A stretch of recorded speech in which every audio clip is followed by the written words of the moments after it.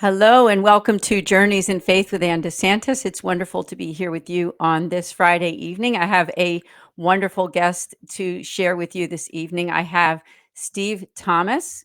Steve is a Catholic author. Steve, welcome. Thank you so much for joining me on the program. It's great to be here. Thanks, Ann. Yes. I would like to direct everyone to Steve's beautiful website at CatholicJoe.com, or is it Catholic Superhero, Ca- JoeSuperhero.com, I believe. CatholicJoeSuperhero.com. Okay, I had kind of a combination It's of a it there. mouthful. Yeah, yeah. Yes. Now I'd like to read to you Steve's bio, and of course, as we all know, this show is Journeys in Faith. So Steve is going to share with you his faith journey. But Steve is a husband and the father of 8. He resides with his family in the southwest suburbs of Chicago.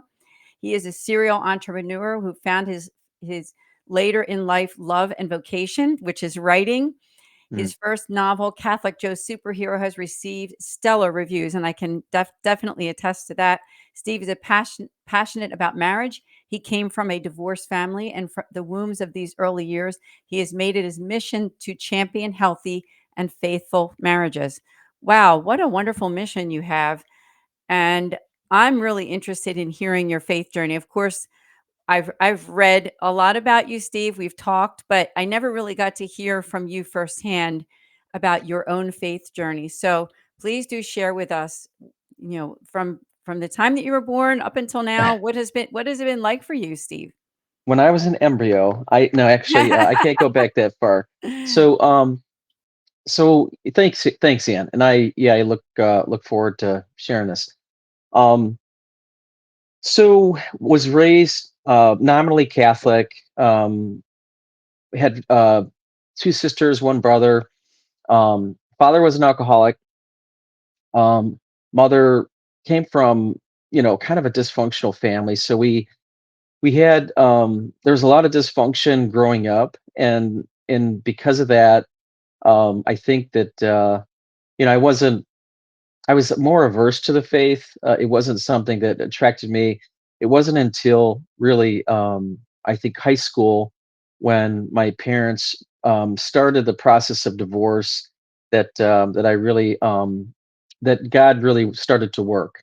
It was through that pain and through that suffering and darkness, and again, all the accumulated years of just, kind of living in that situation, that that God, kind of poured His grace out, and He did it in a number of ways. So, probably one of the biggest influencers was something very, very simple. It was a little Mother of Christ Crusade booklet. It was a little white booklet that the Blue Army had put out, and I'm sure I picked it up at the back of the church, and I read the story about Fatima. And again, I'm a 16-year-old, kind of with the rough crowd type of a kid, and I read this thing and it just rocked me. I just remember the story of our Blessed Mother. She told the children, she said, souls are falling like snowflakes into hell, and uh, and again, the whole idea of heaven and hell, and that we could be punished, and that that our lives, what we did with our lives actually made a difference in our salvation. And so it was really the story of Fatima, and really where I started to develop a deep relationship and love of our Blessed Mother. I didn't know Jesus much. I would, I took part in the sacraments, but it was really our Blessed Mother that kind of, I like to think, like she picked me up out of the ash heap, and she tried to clean me off and kind of get me ready for her son, um, which took a long time, by the way. But but it was really going through those tough years of dysfunction and divorce, that really kind of laid the groundwork for kind of who I am today. And I remember a friend of mine, David Hirsch. He said that in his book that he wrote, he said that he found out that the struggles and the dysfunctions and all those things that were kind of the speed bumps and the wounds of his life were really the things that he was grateful for. And he was grateful for those because they made him the person that he is. And I can say the same thing. The wounds and all those things that I've experienced, they don't define me, but but again, when we transform those wounds by, by accepting, by lovingly accepting them, and and kind of offering them up, as a holocaust, right? Offering them with Jesus on the cross to the Father, for salvation, for souls, for that God's kids would be brought back to Him. So it was really, those years, and actually I should say, so we had Nashville Dominicans that taught us in high school, and this was the first, I think, the first year that they were there. And I had this one nun. She was only there for 1 year. It was Sister Philip Joseph. She's still alive, and I still kind of keep in touch with her. But she was really instrumental in my, kind of growing in faith, because yeah, there was just a sense of peace in her that was just, that I wanted, that I didn't have, and I wanted that. And so, and I talked to her this day, and she would always say, she goes, "Honey child," and she's from the South. She goes, "Honey child," she goes, "whenever you walked in the room," she goes, "I just cringed." And because I was kind of a troublemaker, but I think I cheated on one of my tests. She wanted us to name all the mysteries of the Rosary, and I think I wrote it down on the desk in front of me or something. I didn't know what it was. But anyway, so, and then there was Father Ryan. So he was a priest in our high school, who always liked to talk about the devil and the supernatural and things that were really fascinating for kids. And in fact, one of his classes, he had, he said this next class, he goes, "We're going to have an exorcist is going to come in," and it was him, because he talked about the nine, I think, the nine stages of priesthood, and one of them is exorcist, or levels of priesthood. So it was, and Bishop Caffer, and then Father Caffer, who was the principal at the time. He became a lot more instrumental in my life, later on. So so high school, I started praying the rosary. So it was funny, because at lunchtime, you'd have all these really pious, like, young girls, going into the chapel to pray, and then you got this, kind of this ruffian who, starts showing up at the, rosary, and I'm sure these girls are looking around going, what the heck is he doing here? Um, so I started praying the rosary, and because again, Sister Philip Joseph, she would just constant mantra, pray the rosary, pray the rosary, pray the rosary. So I started praying the rosary.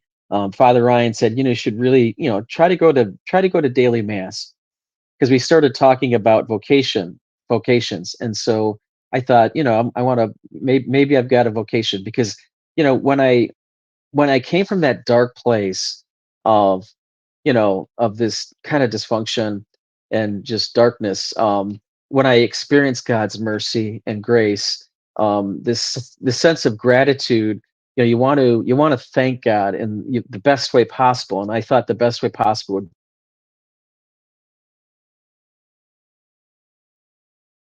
for 5 years, and it was really, very instrumental. In fact, I remember one of the years, I think it was my fourth year in the seminary, where, that was probably one of the darkest points in my life. And I remember walking in the graveyard, because they had this big life size crucifix with, it was, Saint Mary Magdalene, Saint John, and then our Blessed Mother, and they had the graves all around. But just remember at night, just in a really dark place, sometimes praying, crying, but just not knowing why I had this overarching sense of darkness. So I just remember, really praying a lot, and going through some really tough times. And but God's grace and His mercy, just, He kept pouring those out of me. And so really it was, so those early years, it was some of the friendships that I made, that really, I think, brought me to where I am today. And again, so my wife and I, when we got married, we taught natural family planning. That was one thing that, really changed our marriage. So we taught NFP, for about 10 years in the diocese. I did chastity talks. I would give chastity talks to these young smart aleck eighth grade boys. And there's always I would always ask the question, when is a couple officially married? And, people would say, when they kiss, when they say I do. And then you'd always have this smart aleck kid in the back that says, when they have sex. And I go, yes, I go, that's when the couple's officially married. I remember, just being able to, it was really fulfilling being able to kind of like, share my faith with younger people and really challenge them.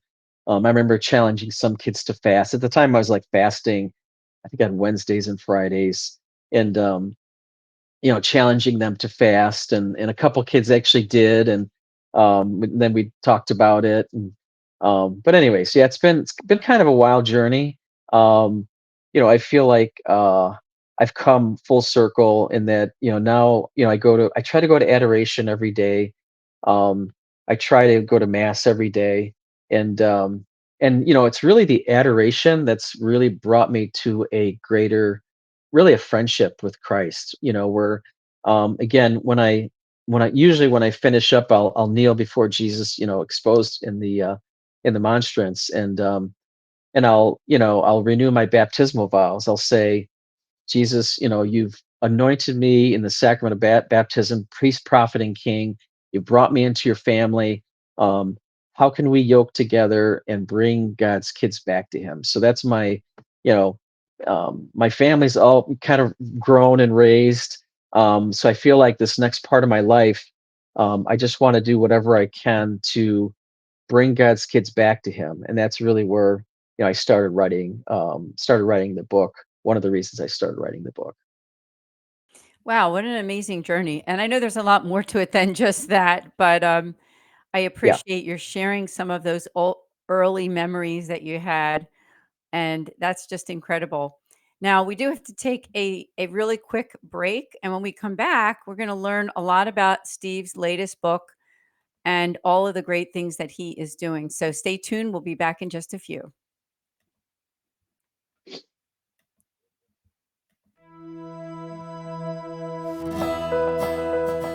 Hello, this is Anne DeSantis. I'm an author and speaker with the Catholic Speakers Organization. To learn about my work and ministry or to book an event, visit the speaking events page at annedesantis.com. Thank you.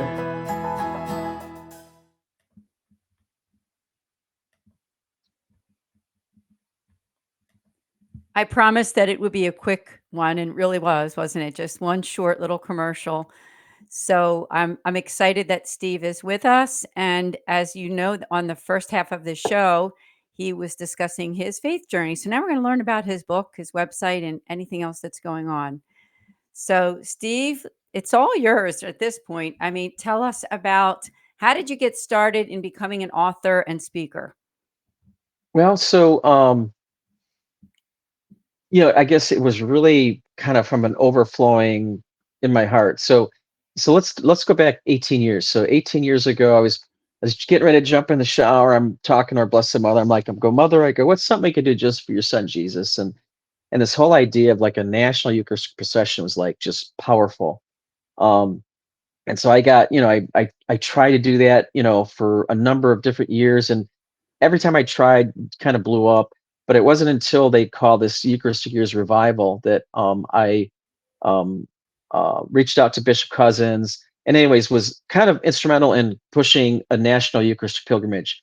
And then before they started that, so a group of us guys, um, actually it wasn't me, but it was a friend of mine who actually said, we need to kind of walk this pilgrimage first. So we walked in the form of a cross across the United States.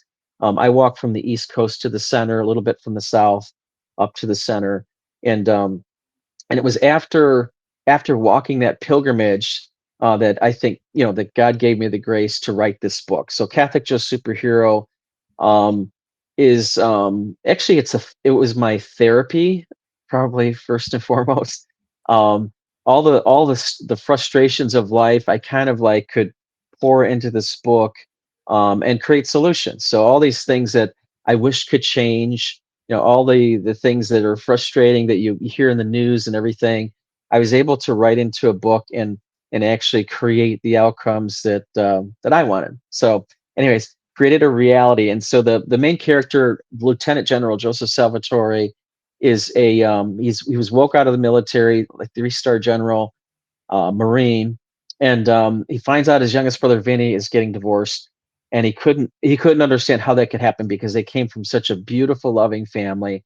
And so the book starts out with him flying out, meeting with his brother Vinny, and trying to peel the onion and figure out, what went wrong. And so it starts in the particular with his brother, but then it goes into the church.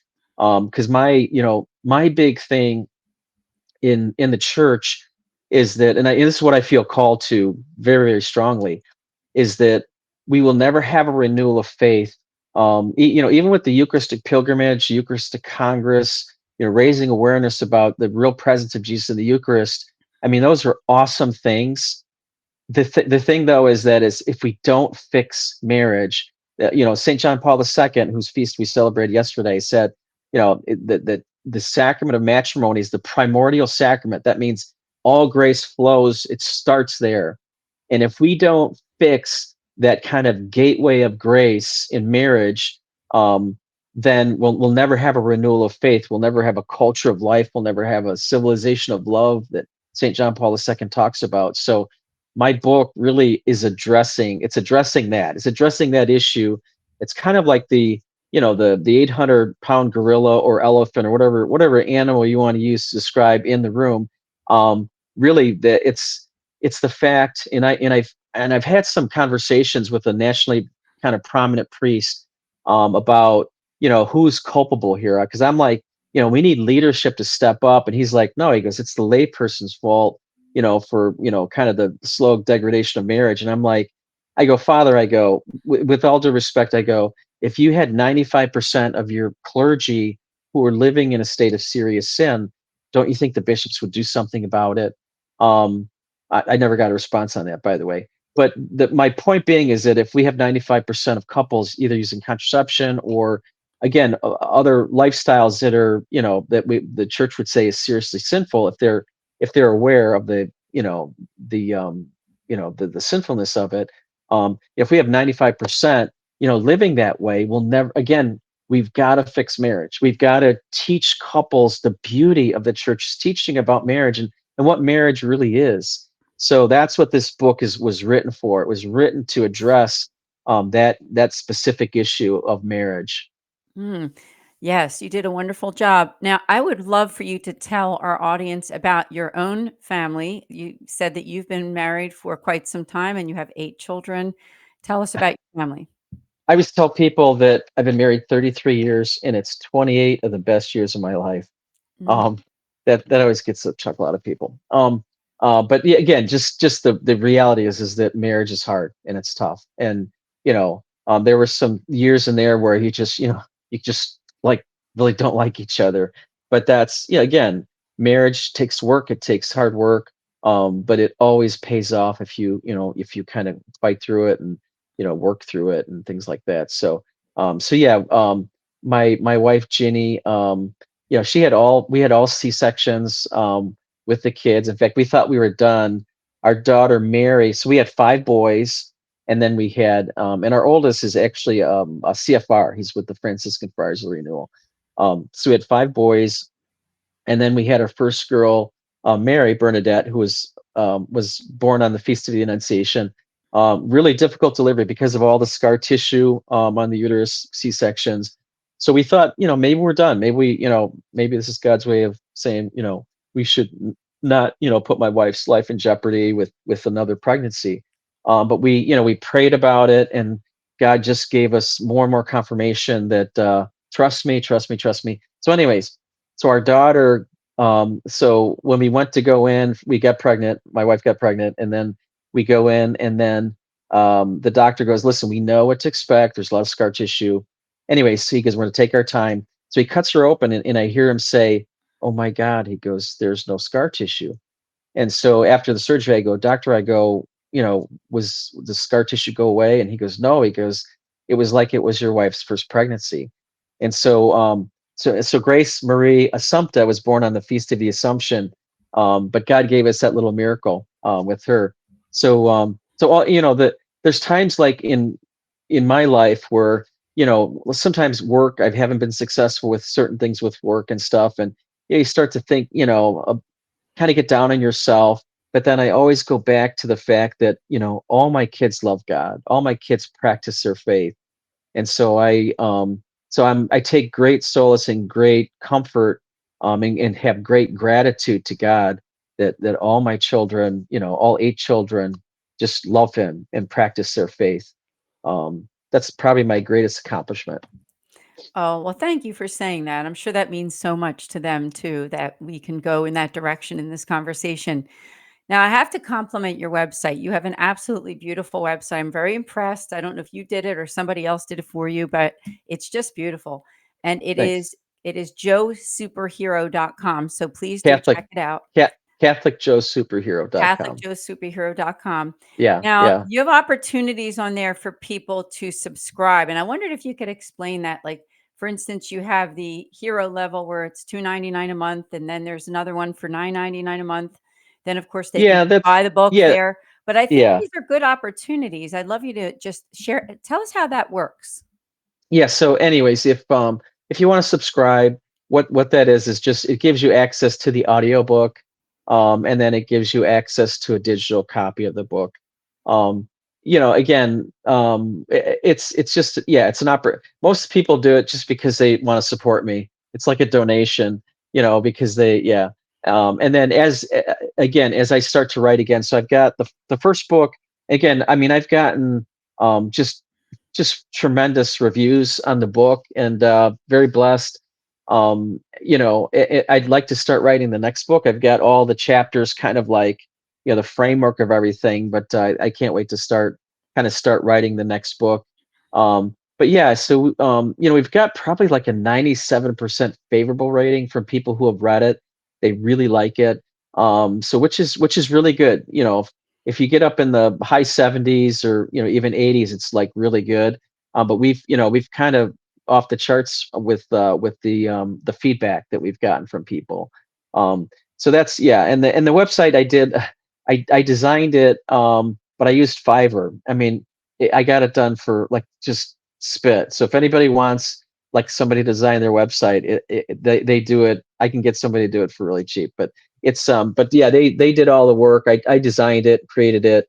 I've got some. So I actually, what I do is for my real job is I'm a designer, and I do like contracting. So I'll do like kitchens and bathrooms and things like that. I've been doing that for about 35 years. It's kind of like what pays the bills. So that's where I've had design kind of expertise for quite a while.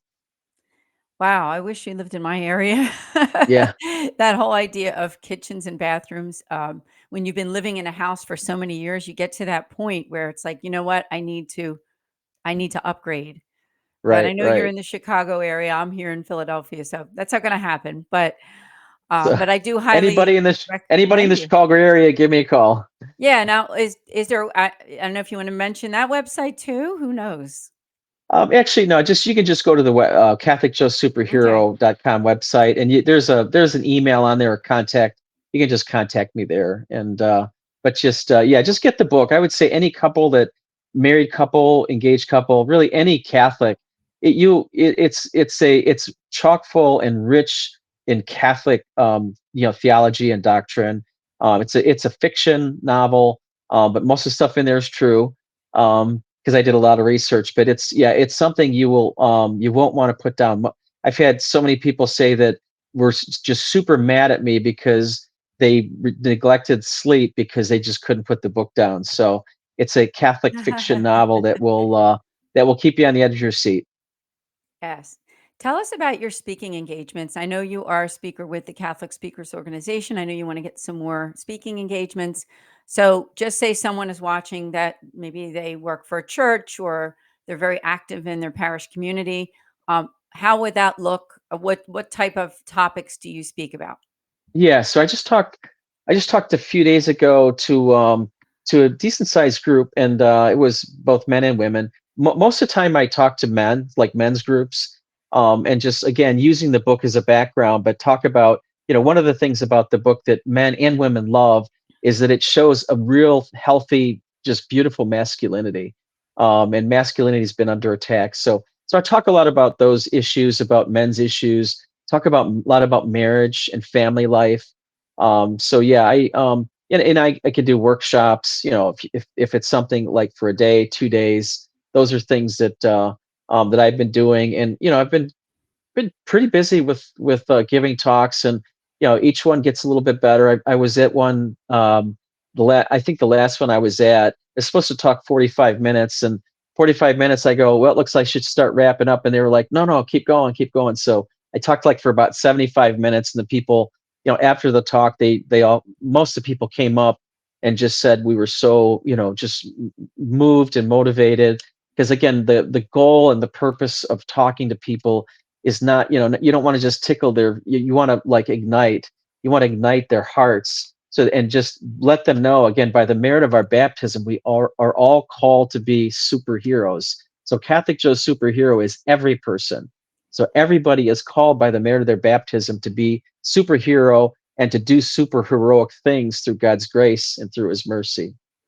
So well said, because those virtues are really our gateway to that closer relationship with Christ and in doing his will. So Hmm. I just thank you so much for all of the good work that you're doing. Now, is there something happening over the next, say, 6 months to a year that you want people to know about? Any type of calls to action? Just yes, I mean, I'm doing a number of different talks and things, and more in the Chicagoland area. But I would just say, I would just ask people if they've got a group, a men's group, even a confirmation group. If you want to light a fire in somebody, just give me a call, because that's I am the fireman. Through God's grace and mercy. Again, I share with people, the struggles I've had, but I share that, again, I was 59 years old when I started walking across America. I mean, it was like 4,500 miles total that we all did. And again, it's never too late. God is in the now. Satan wants to drag us back to the past. There's something shameful we've all done, and Satan wants to drag us to that, but God wants us to live in the now. And again, we all have a part to play. We've all got to do something. By the merit of your baptism, you were given enormous power and enormous grace, to transform the world. So I would just tell people that, think about what God is calling you to do with your life, because everybody's got a part to play. Yeah, well said, because as you said, we all have some role with the church, don't we? I mean, through the merit of our baptism. So, would you have Amen. any final words before we end? I would just say, whoever, if you're listening to this right now, I just want to remind you that God's mercy is so much more powerful than your pitiable sins. His mercy, let me share a story. So this mystic had a spiritual director, and his spiritual director wasn't sure if she was legit. So he said, I want you to do something. I want you to ask Jesus what my sins are. And so she decided to do that. So she came back, and she told her spiritual director, she said, Jesus said, your sins, he goes, I don't remember your sins. You've confessed them. I don't remember them. I don't even remember your sins. They're dust. They're nothing. So I just want to remind people that God's mercy is so much more powerful than that shame that you might have. And so let God's mercy do its thing, and the triumph of the Immaculate Heart is already underway. So let's just keep fighting, and just keep, trusting that He's going to take us over the finish line. So just keep fighting, keep praying. Amen. Thank you so much. So, please come back again. Maybe we can host you when you have something else new to share. Steve, I really appreciate you being on this program. And for Awesome. your followers, I would just say, if you would like to subscribe to the Anne DeSantis YouTube channel, I would appreciate it. My website Mhm. is annedesantis.com. We host this podcast. It's the first and third Friday of every month at 8:30 p.m. Eastern Time. God bless everyone, and we will see you next time. God bless.